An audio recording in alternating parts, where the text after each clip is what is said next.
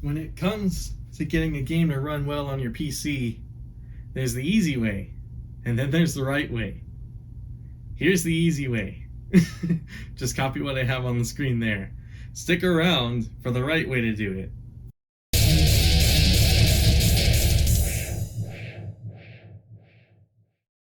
In today's video, we're going to be discussing PC performance for Resident Evil Village. Now, the game has been out for a fairly long time, but in the wake of many people's Steam Deck reservations coming in, new DLC coming out, and also people finally being able to buy a GPU, now might actually be a really good time for us to revisit this topic since launch.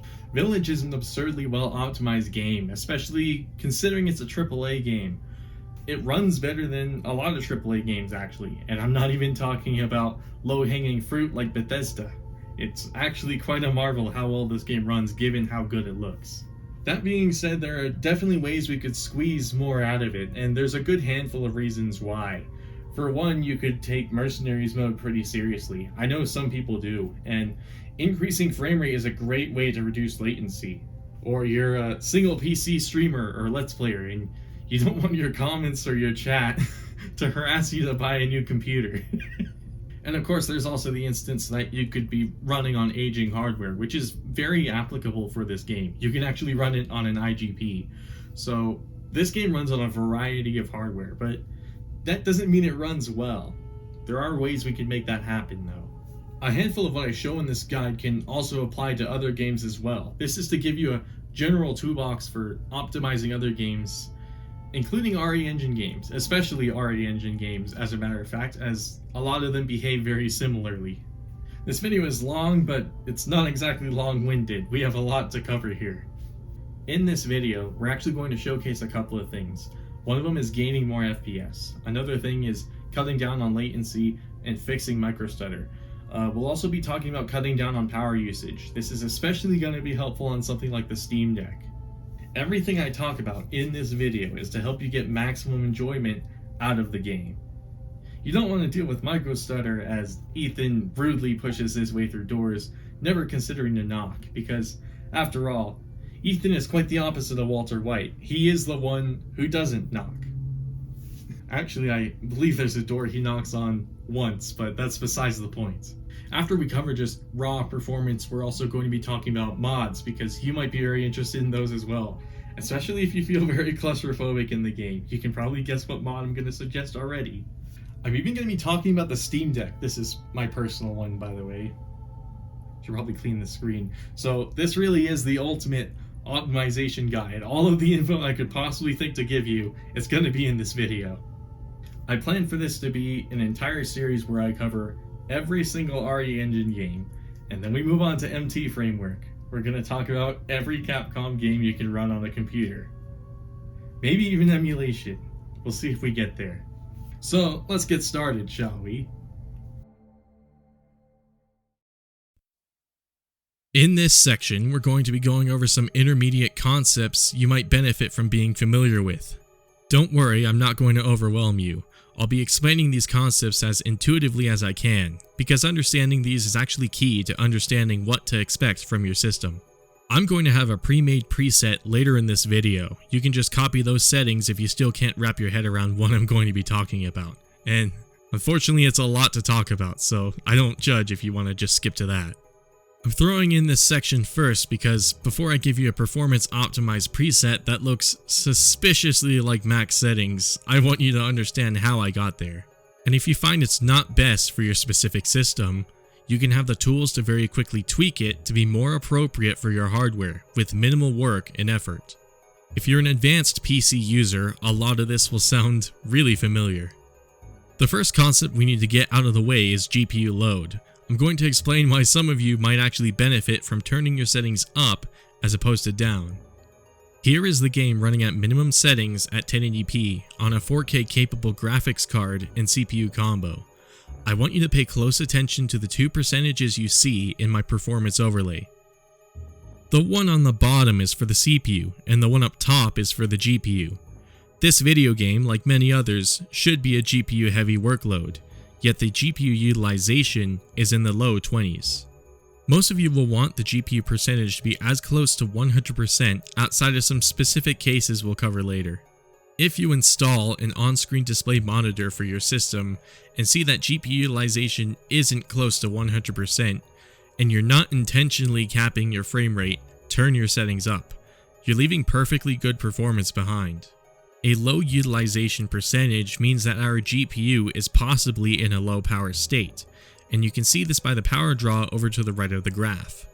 It's currently drawing around 80 watts, but the RX 6800 XT has the capability of drawing up to 300 watts, and that's stock with technically no overclocking involved at all.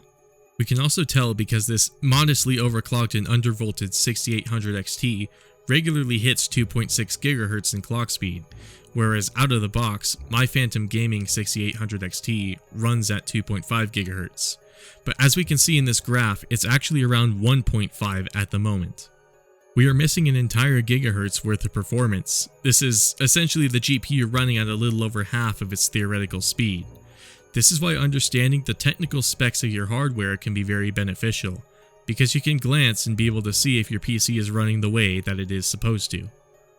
And if you're like some of my friends who found games like Elden Ring for some reason started to run better when they turned up their settings a bit, and we're wondering why that is, this is actually your answer.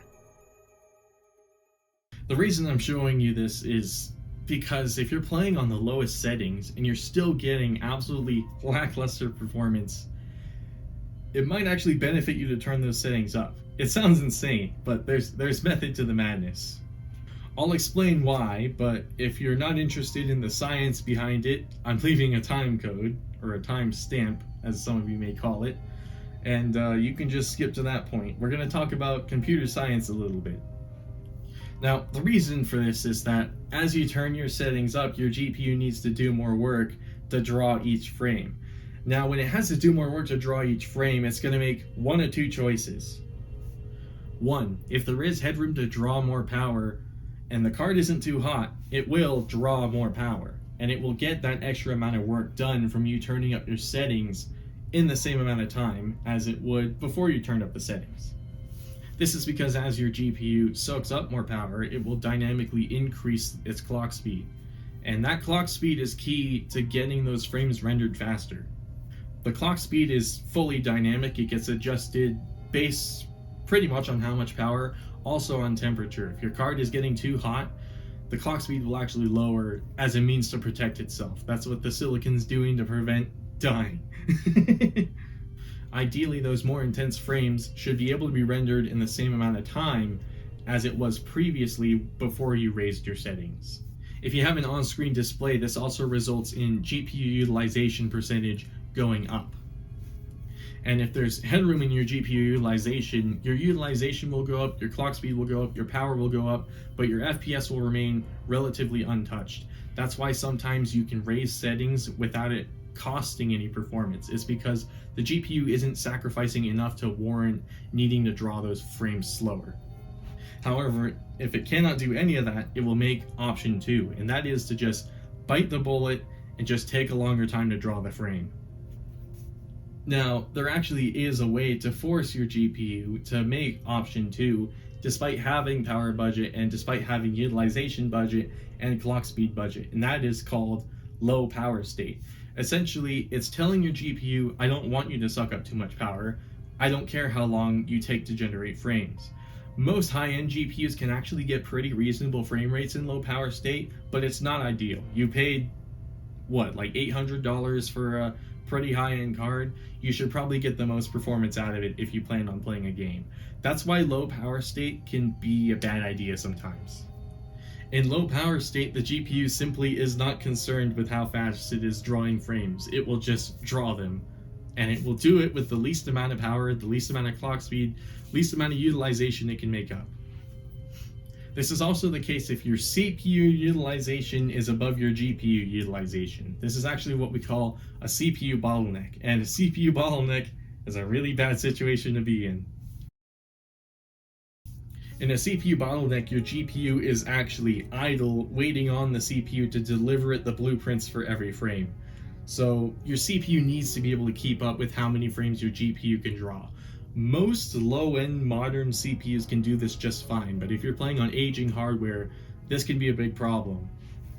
Unless you have a 4090. In that case, it doesn't matter what CPU you have, you're going to get bottlenecked anyways. I find that really interesting about the 4090. Also, you probably shouldn't buy a 4090. So, a good thought experiment to explain a CPU bottleneck is actually the neck of a bottle itself. You can kind of imagine a bottle, and then the SSD would be on one side. That's the side where all the liquid is. That's all the good stuff you want to get to. The CPU would be the actual neck of the bottle. It's going to be the sort of recessed, compressed, long neck of the bottle that's going to limit how much liquid you can pour out. The GPU would be like your cup. It's going to be what you're pouring the liquid into. Ultimately, that's what you want to drink, right? If you're trying to get a bunch of liquid out all at once, it's going to be difficult because on a bottle, that neck is going to limit how much you can pour. It doesn't matter how intense a degree you pour it at, it doesn't matter what you do with it. That neck just existing really limits the flow of what you can get out of that bottle. And this ultimately means that it's going to take longer to saturate the cup on the other side. And that's essentially what your CPU is doing in a CPU bottleneck. It's the neck of the bottle, essentially. It's limiting your SSD because it's delivering all of these things, but those assets have to be decoded by the CPU first. It has to be worked on by the CPU first, then delivered to the GPU.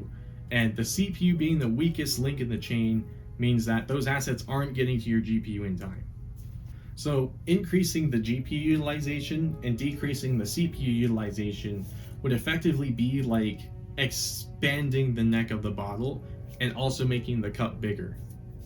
Like I said, honestly, for most of you, this isn't going to be the issue because a lot of really low-end modern CPUs can usually catch up. Unless, like I said, you have a 4090, which in this case, why are you buying a 4090 and a low-end CPU? Just some food for thought.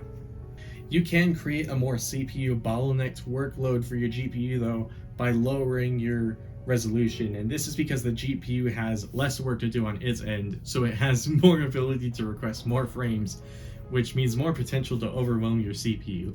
So actually, if you are in a CPU bottleneck, raising your resolution might actually be a really good idea. As a matter of fact, you might be able to raise your resolution without any performance cost at all.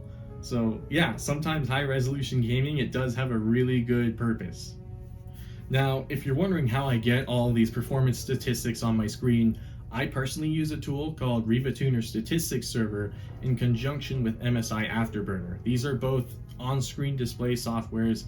MSI Afterburner specifically is more so an overclocking software, but you don't have to use it for that. It's purely to set up the OSD settings for RivaTuner. So you go into the MSI Afterburner UI, you can actually go to the monitoring tab, you can click on the check marks for whatever you want to show on the onboard display. Then you get RivaTuner set up, you go in the RivaTuner UI, you can actually set up how you want it to look on your screen, and in there I believe you can also set up hotkeys for displaying it. You can also set up individual game profiles as well, so you don't have to have it on for every game. It doesn't have to be a global thing. And like I said, there's a hotkey for it as well. Some games are not compatible with RivaTuner, so that's a really good thing. You can do it on a game-by-game basis. RivaTuner specifically will also be very useful later on when we talk about frame rate limiters. However, if you have specifically an AMD Radeon GPU and you don't feel like installing more software, you can actually get the same functionality. As a matter of fact, you probably already have it on your computer. If you have the Radeon software installed, you can simply press Control, Shift, and O all together, and there you go. Boom. It's right there. Unless you changed it to a different key combination, in which case you probably already know it exists. But yes, it is there. The perk of this one, though, is it's built in. You don't have to install any other software. You don't even have to go through the trouble of setting it up. It's just there, which is really nice. I don't know if NVIDIA has anything like this. I personally wasn't able to find anything, but also I didn't look. It's probably in GeForce Experience, and I hate GeForce Experience, so I don't know. Let me know down in the comments if there's a way for NVIDIA users to do this as well. But personally, I stick with RivaTuner and MSI Afterburner. However, if you really really are particular about not having anything on your screen for some reason, there actually is a way to force maximum power usage out of your GPU. That is by changing the power state directly within the drivers of your graphics card. If you're on NVIDIA, you can just simply right-click your desktop, go to the NVIDIA control panel, and then go to Manage 3D Settings. From there, you simply scroll down until you see a power management setting, and you set this to Prefer Maximum Performance. This means whether globally or on a game-by-game basis, depends on whether you did it globally or as a game profile, it will run whatever app you run in maximum power state. Doing this ensures that no matter how light or heavy your workload is, it is going to run at maximum power potential. For AMD in specific, this is in the overclocking settings. You simply open up the Radeon software, Alt-R, and then you go to the tuning tab, and well, you go to the performance tab, then the tuning tab. And then within the tuning tab, you simply click custom, like you're creating an overclocking profile. You scroll down to the bottom, and on the bottom right, you're going to see a power setting. Down there, you simply grab that, slide it all the way to the right, and there you go. And don't worry, both of these changes you made to your GPU will absolutely not harm it at all. As a matter of fact, this is basically stock. They technically count it as overclocking, but also technically don't count it as overclocking.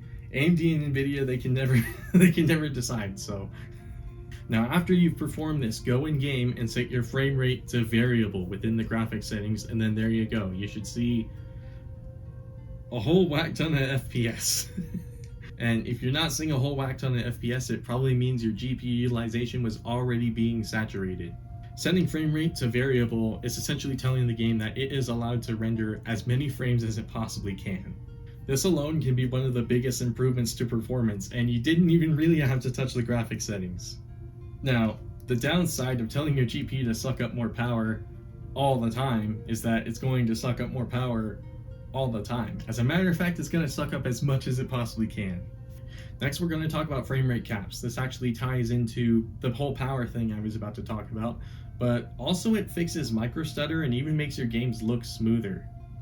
If your goal is actually to run your PC with less power and in turn make it run quieter, a frame rate cap is actually a really effective way to do that. Now, if you're already getting high frame rates already, but you notice it just doesn't feel right, you're getting a lot of microscopic hitches and stutters as you're playing the game, and I'm not talking about Denuvo. If you're actually getting a high frame rate already, but you notice a lot of weird hitching and stuttering as you're playing the game, a frame rate cap is actually a really good way to combat that. As a matter of fact, it might make your game look smoother and fix that problem altogether. Again, here's a timestamp. I'm going to quickly divulge some of the science behind this. Your FPS counter is actually an aggregate of data. It is not an actual number that exists. It is, in fact, a more human-friendly way to quantify how fast frames are rendered. And the real number that is the basis of that data is actually frame times. A game that runs at what you know as a buttery smooth 60 FPS is actually a series of blueprints your CPU sends to your GPU, and it is doing all of that work consistently at 16.6 millionths of a second, or at least pretty close. I don't know if my number is exact. Editing me can correct me. It sounds overly complicated, but that's what's actually happened. It's working within millionths of seconds.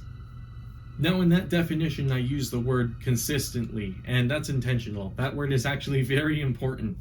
To get a nice, proper 60 FPS, it has to be doing it consistently at that exact amount of time. Not any less, not any more.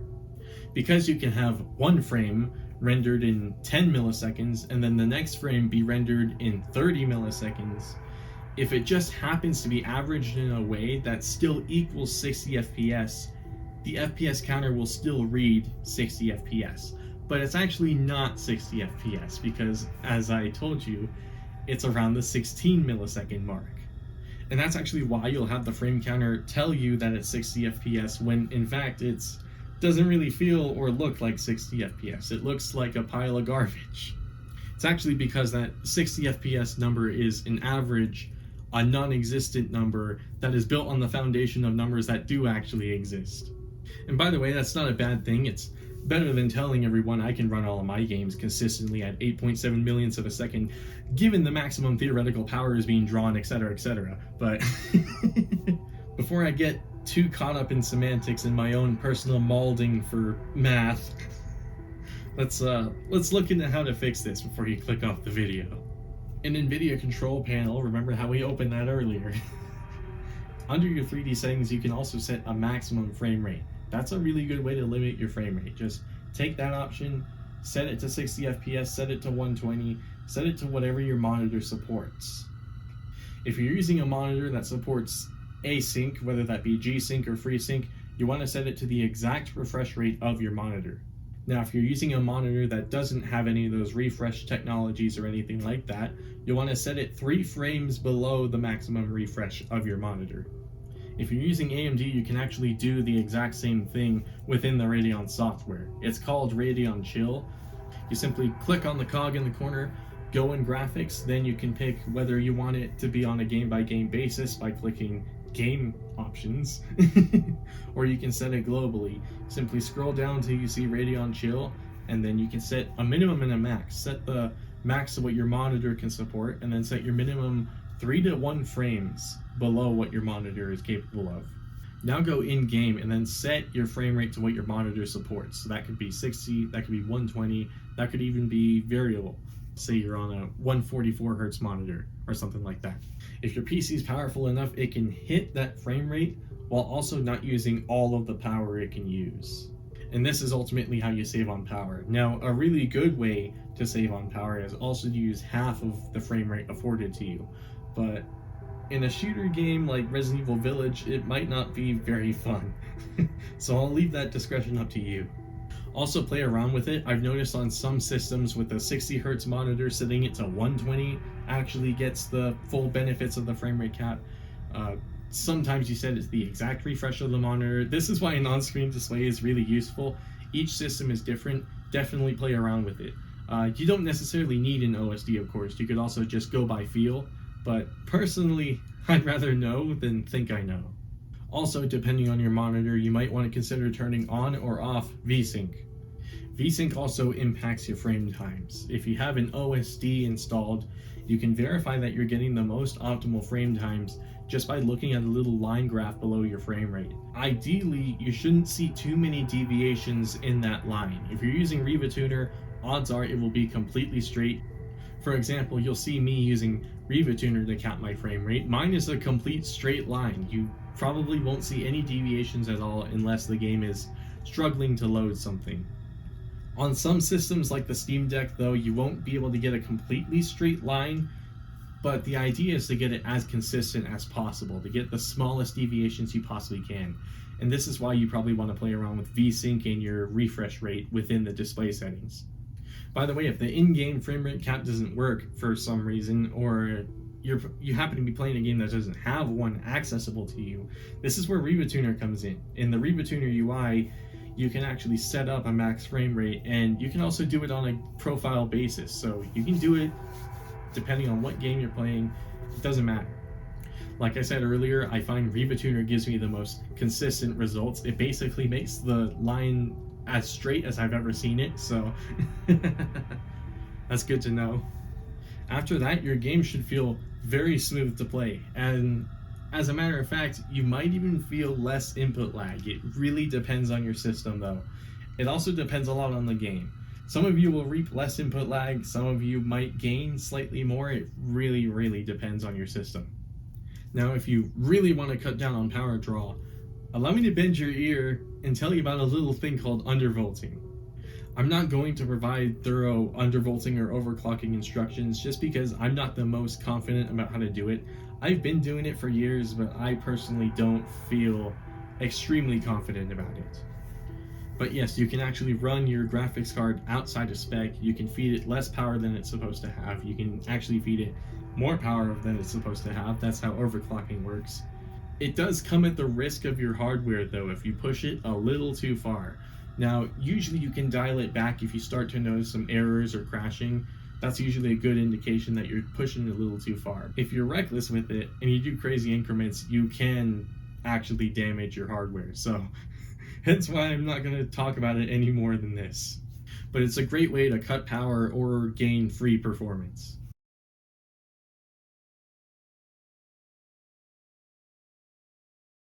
Okay, I know the last section was a mouthful, but I really wanted to get all my bases covered.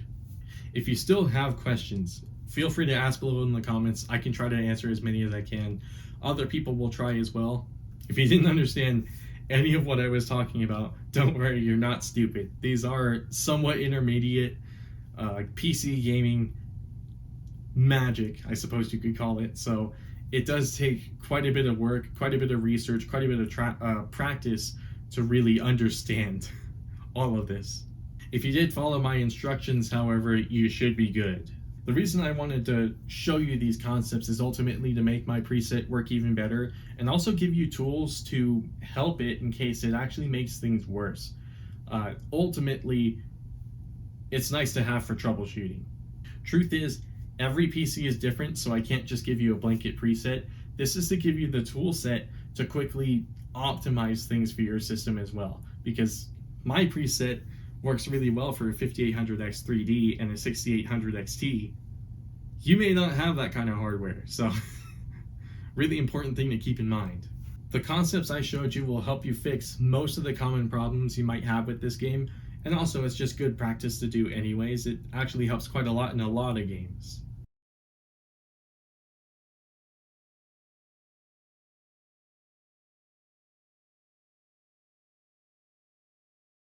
Okay, after all that, let's finally take a dive into the graphics settings. We're going to start with presets because they're actually extremely important. I know some people, when they boot up a game, they just kind of set everything to max and just decide they're going to change everything as they play. You might not want to do that with Village specifically. During my testing for this video, I developed sort of a theory that Capcom is not exposing all of their graphics settings to the end user in their display settings. Basically, half of the settings Capcom shows you has zero impact on performance at all. Some of them have zero impact on visuals. You might be shocked with some of these settings, actually. So right now, I want to tell you that you should start configuring your graphics settings by picking a preset. This is very important. This is actually more important than what settings you set it to after you change your preset. By the way, when you change your preset, it also resets your VSync and your frame rate, so make sure to reset those so what you changed it in the last section every time you change your preset. I don't know why Capcom does it, they just do it. Now let's look at presets. I'll be showing screenshots of each preset in the Village Alter area with overlay statistics, and you'll notice something about these screenshots. The screenshots are as follows. On my system, I found that the maximum settings preset got me 120 FPS. Then when I switched to the preset titled Ray Tracing, I got 94 FPS. The next preset is called Prioritize Graphics, and I got 134 FPS. The next one, Balanced, got me 147 FPS. Now comes the preset where I actually noticed a visual downgrade in quality. You've probably noticed that every screenshot up until now, the game basically looked identical, yet somehow kept netting us a 10 FPS average increase each time we stepped down. Here's where the compromise is finally noticeable. On the Prioritize Performance preset, my game crashed. Then when I relaunched it and went back into the game, I was getting, no joke, 253 FPS. Yes, you heard me right, I gained a whole 100 FPS just from making the game look honestly only a tiny bit shittier. The graphics actually aren't even that bad at this preset. My jaw basically hit the floor when I saw this frame rate paired with how perfectly playable the game looked. Besides a little bit of artifacting, this looked perfectly fine. Capcom honestly deserves a round of applause for how easy this game is to run, while still having it look better than many other games at minimum settings. I genuinely would not even mind playing the game like this. In fact, I did play the game like this on my Steam Deck, where it was even harder to see the visual downgrade. But that's not even the craziest thing about this maximum performance preset. It's what comes after I experimented with it. The disgustingly low level of detail is what made me start to think that Capcom isn't exposing every trick up their sleeve in their display settings. This actually isn't new for RE Engine games. DMC5 has a set of really demanding graphical effects that are switched on dynamically only when a cutscene is playing. The player has zero control over these settings, so if you lagged during cutscenes in DMC5, that's why. I turned mesh quality to the lowest it could go, and it actually looked better than this preset had it. Capcom seems to have some hidden settings options that we can tap into indirectly.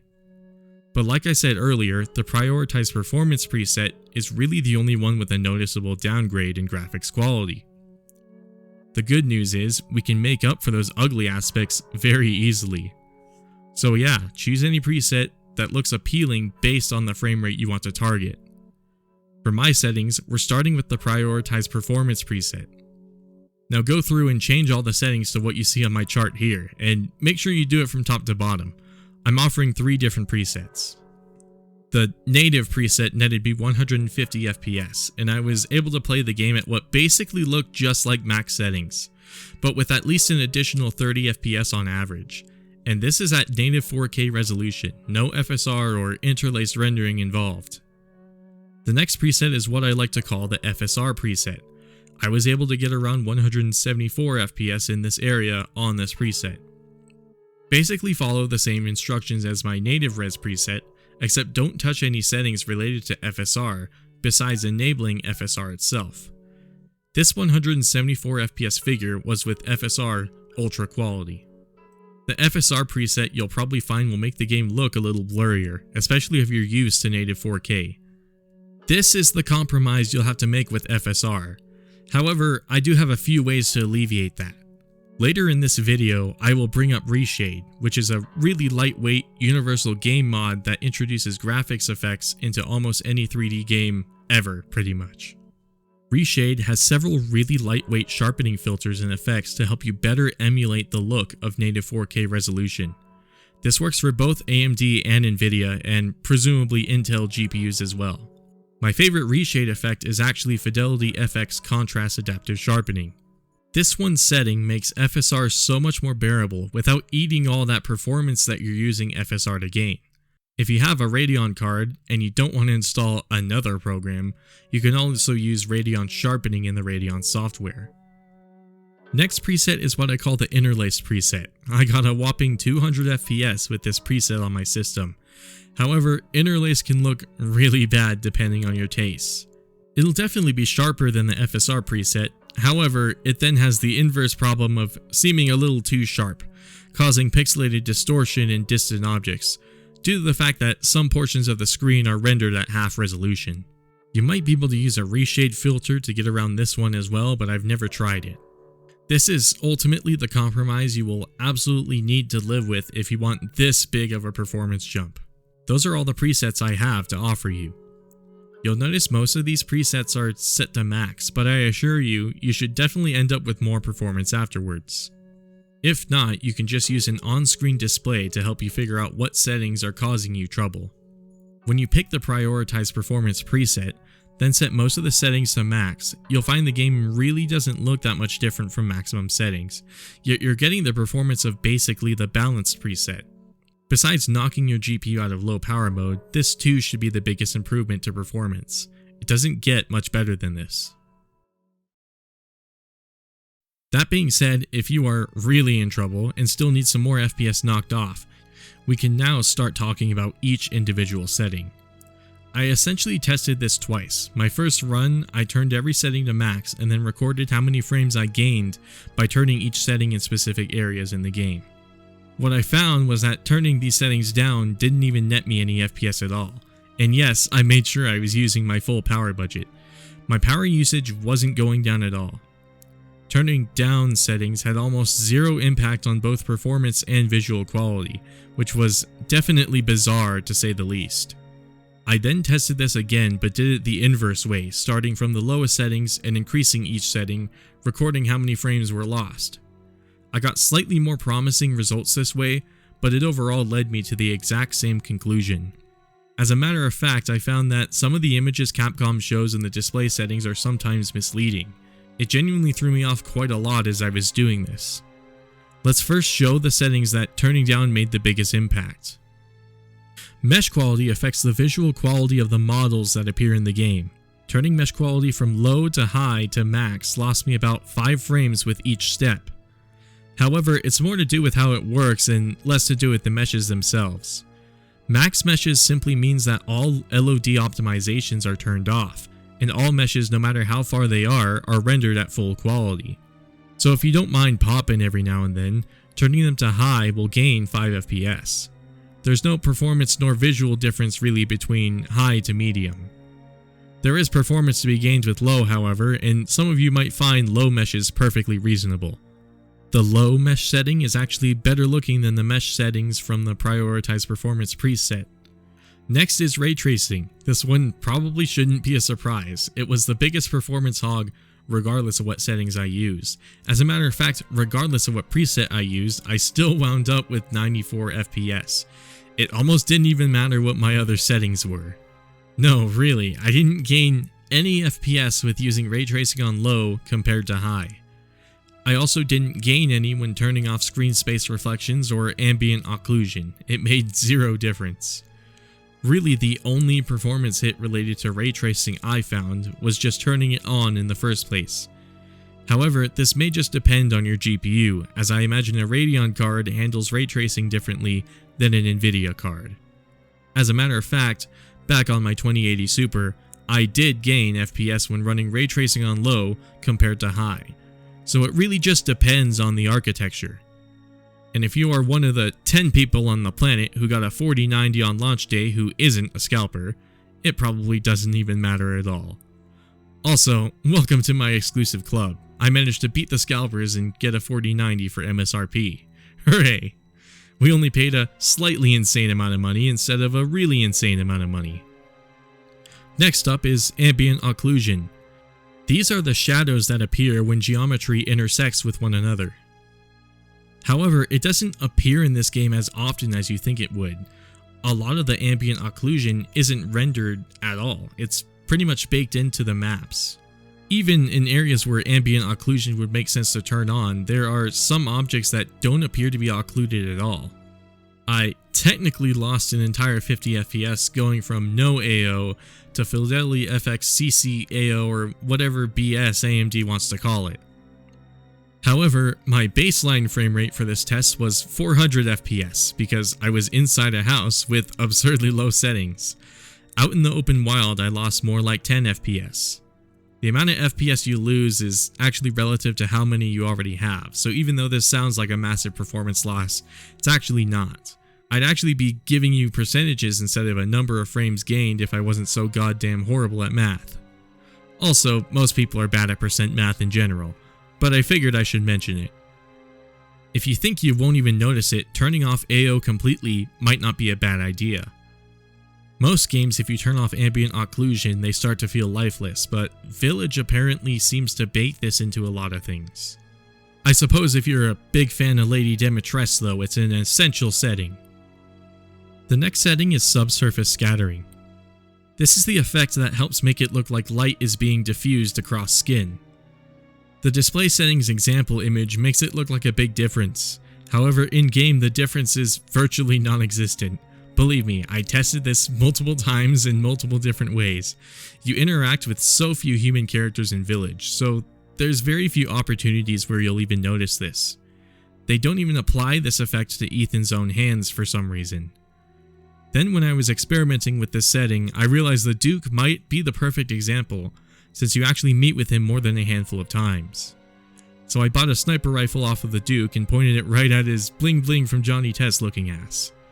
There was no difference minus the performance improvement, the polar opposite of Capcom's preview image. Despite this, I came across a 10 FPS loss enabling this setting, so do with it as you please. It's Scrodinger's graphics settings. You get a performance loss, but no graphics that you'd expect to cause the loss. Given how few times you even see another human character in this game, I'd say don't bother with it. Shadow quality impacts only dynamic shadows in the game, as the majority of the shadows you find are kinda baked into the map and textures. I technically lost about 25 FPS setting this from low to max, however, my baseline was 300 FPS because I was looking at the floor at Ethan's shadow. Max shadows works in much of the same way as max meshes, where you won't see any shadow pop in as all the shadows, no matter the distance, are rendered at full quality. The FPS loss is much more minuscule in normal gameplay though, and honestly so is the actual visual difference between the shadow settings itself. Thankfully, unlike Resident Evil 2 Remake, the max shadow setting doesn't cause incredibly large stutters and hitches during cutscenes. Apparently Denuvo does though. Never change, Capcom. That being said, it looks like Capcom actually went back and optimized the max shadow setting for Village, so if your GPU can handle max shadows, why not? If not, stick to high. Screen space reflections is another setting that is heavy on performance. I gained an entire 20 FPS just turning this setting off. SSR is a sample of the viewport projected onto a texture. This is used to create reflections. When conducting my peer review for this video, I've seen others report the setting as broken, as some parts of the water reflect and refract in ways that water usually doesn't do. The nice thing is screen space reflections is pretty much present exclusively in Salvatore Moreau's area, and also that one underground section in the castle which I honestly doubt you'd care about. Which means if you turn it off, you're only missing out in two small, really short portions of the game. The rest of the water in the game is translucent and therefore doesn't have any reflections like these. However, it is a dramatic visual downgrade. It makes Moreau's area look absolutely awful with it off. The water doesn't even look like water anymore, so I'll leave you to be the judge. Just remember, it's 20 FPS it's costing you. Next is volumetric lighting. This setting was particularly irritating to test because Village has both hand-placed and therefore not performance-intensive light shafts, along with light shafts created through the use of volumetrics. I'm not even going to show you the comparison, just turn them off. That's how few areas in the game they're actually in. Straight up, turn them off, you won't even miss them. I mean, the game has so many hand-placed ones you probably won't even remember that you turned them off. Those were essentially the big settings to watch out for if you're still struggling to run the game. Honestly though, a high-end system, they don't amount to much. I honestly think you'd only gain big benefit from turning these settings down if you're on much weaker or older hardware. Most settings really only amounted to 10 FPS difference at most. And this is on a high refresh rate system, by the way. Let's look at some settings that gain you performance though. Variable rate shading set to performance basically gave me a free 20 FPS for not even any super noticeable quality loss, especially given how often you're probably just going to be panning the camera around and won't even notice it anyways. Capcom seems to exaggerate the difference in the preview image, but I went and did this same comparison in-game and it didn't make any difference. This is not the case with FSR, however. Each step of FSR gives you decent gains, but they also come with a very noticeable drop in quality as well. It's up to you how far you wish to push it, as it'll ultimately depend on the size of your monitor, what your base resolution is, etc, etc. Interlace rendering is when you're really desperate. The performance gain is huge, but like I said earlier, you'll get a lot of artifacting. Interlace rendering works by rendering parts of the screen at half resolution and other parts at native resolution and stitching those parts together. That's actually why you'll get that weird pixelated image artifacting with interlaced. Sometimes the half rendered part just isn't pretty. On a big 48-inch 4K display like mine, it is noticeable and it almost makes you want to rip your eyes out. Though on a smaller 1080p monitor, it isn't the biggest deal in the world. Again, this is ultimately subjective. I can say I had a much harder time noticing it on the Steam Deck. Those are the settings that you can use to gain more FPS, and in my presets, VRS is already set to performance and 2 of them are already using the other methods. Then there's Shadow Cache. There is literally no reason I can possibly think of to have this setting off, other than your system is so old or you are so limited on VRAM that it doesn't support it. In which case, my condolences. You can get an instant 10 FPS boost by turning the setting on. However, odds are this setting is already on because it is by default. All you have to do is never turn it off and you're fine. Let's talk about the settings you shouldn't even bother thinking too hard about. Textures will not impact performance at all unless you've oversaturated your VRAM. Just pick this based on how much VRAM you can spare. I personally like to stick in the white text territory with my VRAM regardless of what GPU I have. I know some people run it to the red or the orange. To be honest with you, you shouldn't be doing that. Exceeding your VRAM can cause huge performance issues. For example, back when I had my 2080 Super, I set Resident Evil 7 to max settings at 4K. The performance was horrible. I was getting like 10 FPS even though my card was technically plenty powerful enough to handle that game. Then I shit you not, I turned down textures just one level and all of a sudden I had like 120 FPS. Just avoid that kind of situation entirely, unless, again, you're on a 90 class graphics card. Or you're rocking the new 16GB Intel card, I don't judge. The RE engine is infamous for eating up a lot of VRAM. So much VRAM that Capcom actually had to ask Nintendo to double the amount of VRAM in the Switch. And it was for Monster Hunter Rise, a game that runs at 720p. So yeah, it's a lot of VRAM. Texture filtering costs me about 10 FPS, to set to 16 times anisotropic. But the quality loss in turning it down is so harsh that I wouldn't recommend turning it any lower unless you're desperate. Unlike many of the settings to look out for I mentioned earlier, this one does impact visual quality. A cool thing is if you're pushing the limits of your VRAM, you can turn texture quality down, then turn texture filtering up, and it's so good you won't even remember you turned the textures down. The filtering in this game can actually make bad textures look godlike. Basically, every other setting is not worth turning down or ultimately subjective. For example, effects like bloom or lens flares have virtually no performance impact at all, but depending on your own personal tastes, you either can't live with or you can't live without them. Contact shadows basically makes the game look better for free, but it's not a massive improvement. If you turned off ambient occlusion though, it can work as a nice replacement for that in some situations.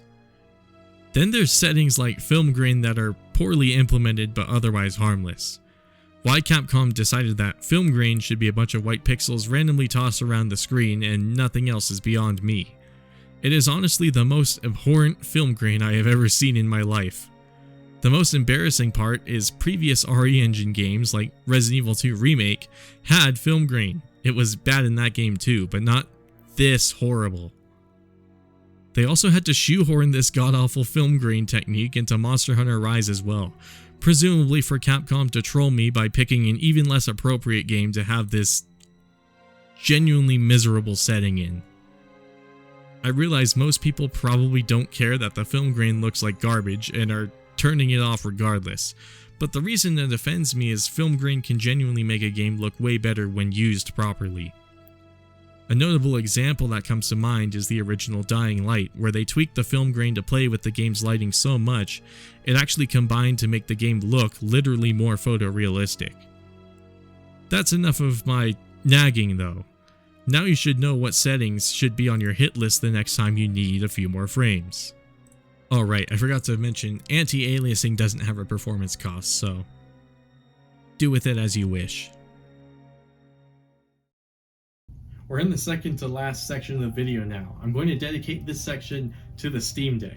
If you don't have one, or you don't care, feel free to skip to the next section. That one's going to be desktop exclusive. Many people, including me, have actually started getting their Steam Deck reservations in. This actually came in not that long ago. And naturally that means there's going to be a handful of people revisiting the game on the Steam Deck, either to just play through the game again, or maybe they actually plan on playing the new DLC on this. So for my fellow Steam Deck connoisseurs, I figured I would leave you a few treats. Because every Steam Deck performs relatively similar to another, I can actually make a blanket statement preset. So here it is. It's on the screen right now, just set it to that. Also make sure you pick a preset first, of course. With these settings, I was able to sit down and play the entire game and basically get 60 FPS the entire time. I also got pretty good frame times on this as well. Me personally, I actually play the game on my Steam Deck on the absolute lowest settings, so I actually play on lesser settings than what I'm giving you, but I figured you probably wanted the game to also look good while you were playing it. Playing on the lowest settings possible actually doesn't save you any power. It's purely a preference. It's purely a preference thing on my part. Optimizing for the Steam Deck is naturally more involved than optimizing for desktop PCs, because not only do you have to worry about performance, you also got to worry about the battery on this thing. I was able to get 2 hours of battery life playing Village on the Steam Deck, regardless of what settings I was playing on. It almost seemed to not even matter.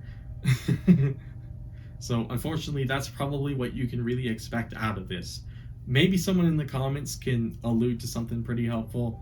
I would really love for you to share some power management tips on the Steam Deck, because you can basically play half of the game on the Steam Deck, but it would be pretty cool if I could play the entire game in one sitting, because it is a pretty short game. It's like 3-4 hours long.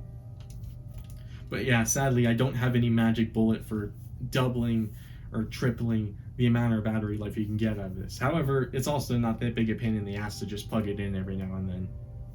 One way to lower power draw for sure is actually to reduce the refresh rate of the display on the Steam Deck, but you might not want to do that on a faster paced shooter game. Again, I'll leave that decision up to you. Some of you might not care about playing at 30 FPS, but most of you who care about your aim probably do.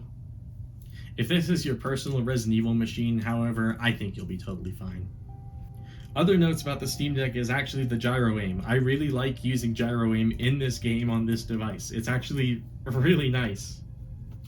It allows me to get pretty close to the precision of using a keyboard and mouse without also giving myself arthritis.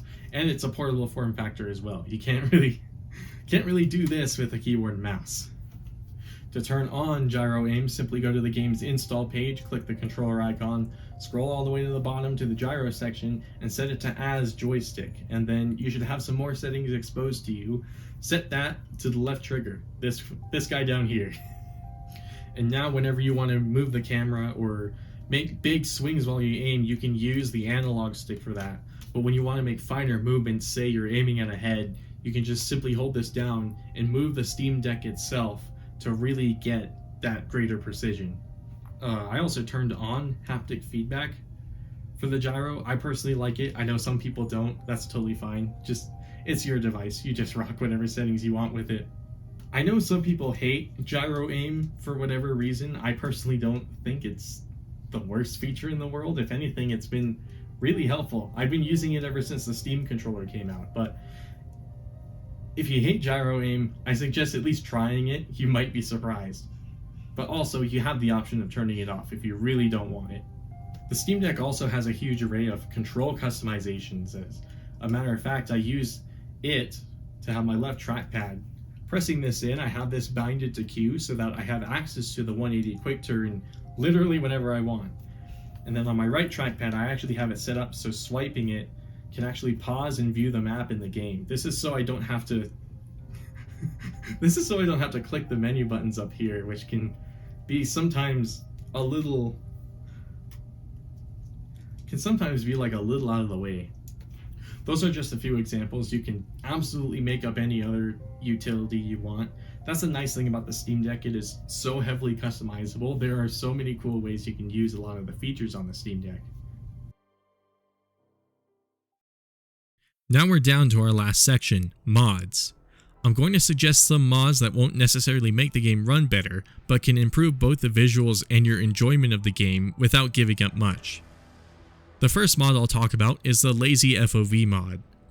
This mod is installed in two ways. You can have it running in a window alongside your game, or you can hard mod the .exe for the game with your custom FOV value.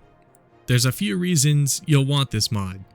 One is for if the game feels very claustrophobic. When the game launched, there were many complaints about the camera being too tight and not allowing you to see much. Capcom's excuse for not having an FOV slider is that it, quote, made the game scarier. To that I say, that's absolute bullshit. Maybe you should just make your game scarier to begin with, using other methods before you resort to giving people headaches. It's also absurd that Capcom made a tweet about adding accessibility options to the game, yet still doesn't want to add an FOV slider, which would have been the perfect accessibility option, especially given the game works perfectly fine with higher FOVs. I guess I shouldn't be surprised that Capcom is picking another weird hill to die on.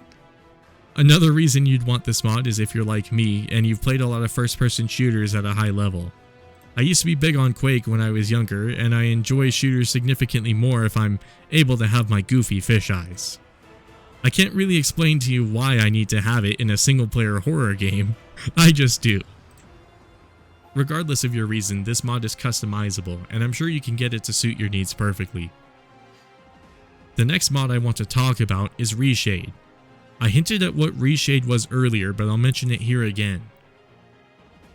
Reshade is a lightweight graphics mod that can hook into any game that supports overlays, as long as it's using DirectX 9, DX10, DX11, OpenGL, Vulkan, or in this case, DirectX 12 like Village.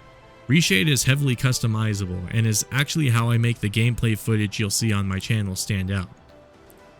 The footage you're seeing right now is not color graded, that's actually how amazing the game looks when you play it. And it's all thanks to Reshade. So if you have a few FPS to spare, why not try it out?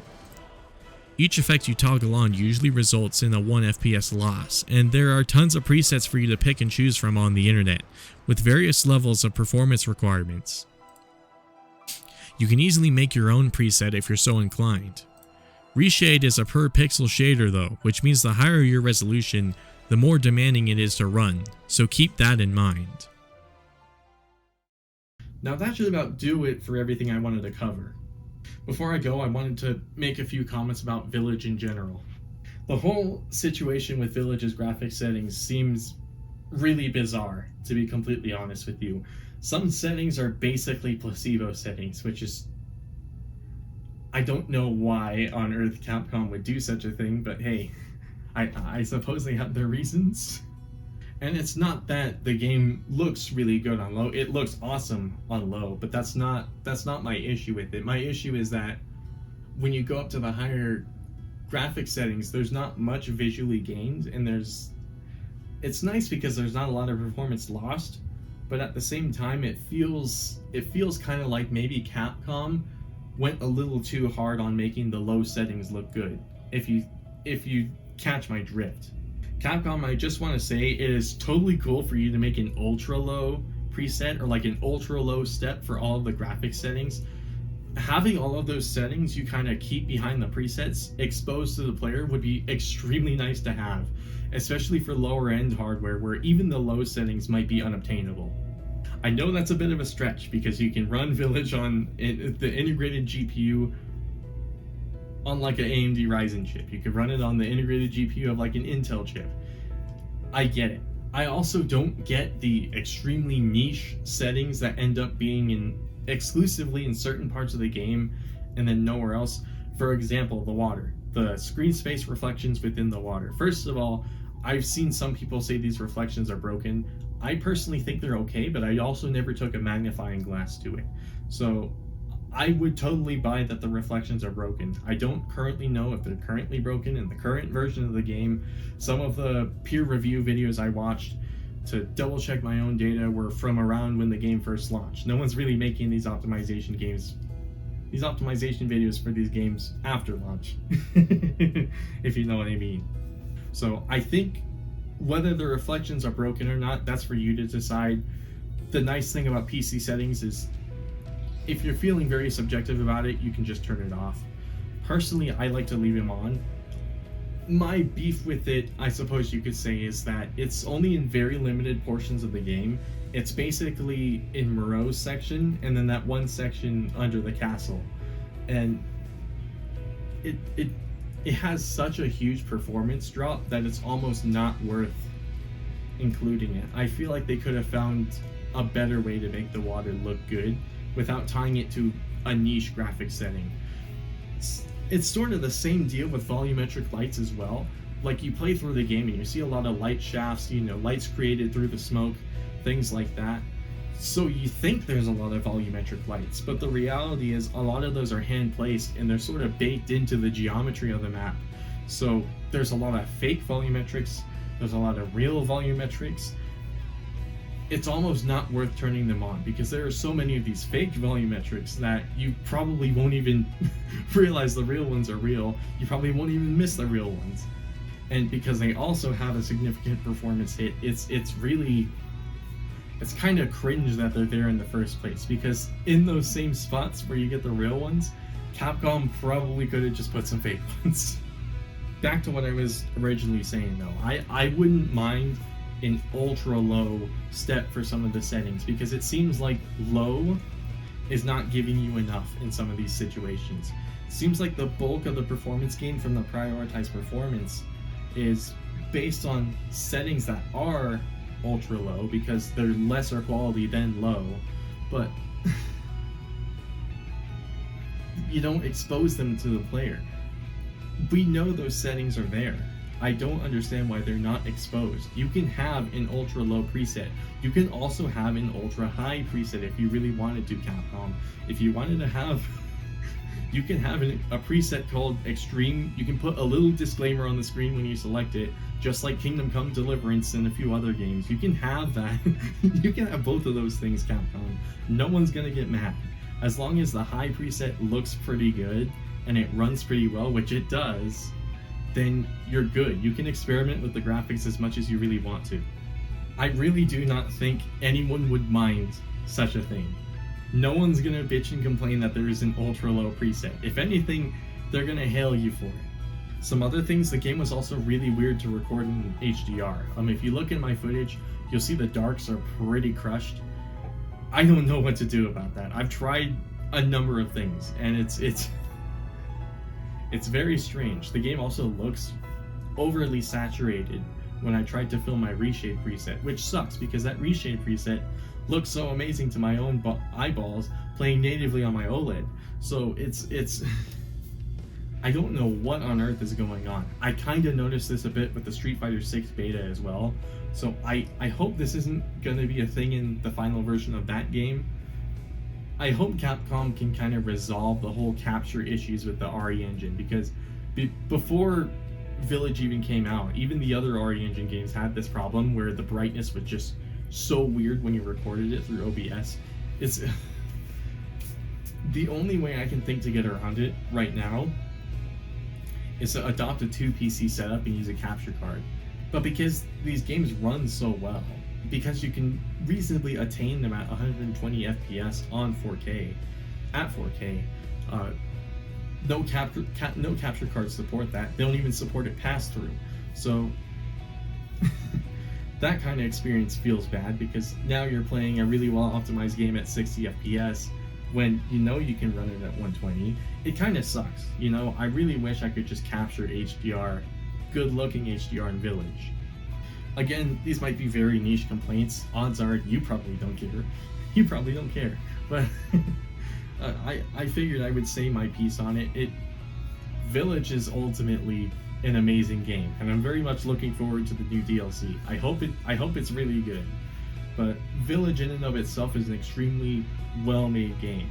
It just sucks that it is plagued every now and then by these strange issues that aren't even present, some of them not even present in other RE Engine games. It seems almost like they were introduced between builds of the engine. So those are my personal gripes about the game. Ultimately, I still love it. Don't get me wrong. I'm well aware this video was long, but I felt making it long would be the best approach for it. You know, I didn't want to just spam information everywhere, and I also tend to look at optimization guides and be all like, okay, but why are we setting the settings to this? Or like, why are you recommending I do this? You know, some guys just tell you to fucking do something because they say it. Again, if you have any questions, whether it be about the stability of the game, whether it be about the graphics options, things like that, feel free to ask in the comments. I would actually really like this video to be sort of a crowdsourced reservoir of information about the game and how to run it on PC, because I feel like that would be a very valuable thing to have for this game. Especially if you apply some of my settings and your game behaves differently, I would really like to know. And I would also like to know what kind of hardware you're running the game on. Ultimately, I just want this guide to help as many people as possible. Also, if you notice any flaws in my testing, also let me know. I am a huge fan of peer review. I like as many eyeballs on my testing as possible just to make sure I'm doing it right, because I haven't effectively had to test things several times just to get it all right. It's totally possible I screwed up on something else. This is the first time I'm doing this. I also don't mind perfectly valid criticism. If you've got some criticism, please leave it in the comments section below. I'm pretty good with criticism. That being said, I think it's prime time we end the video. Better to not make it any longer than it is. I'll be seeing all of you next time.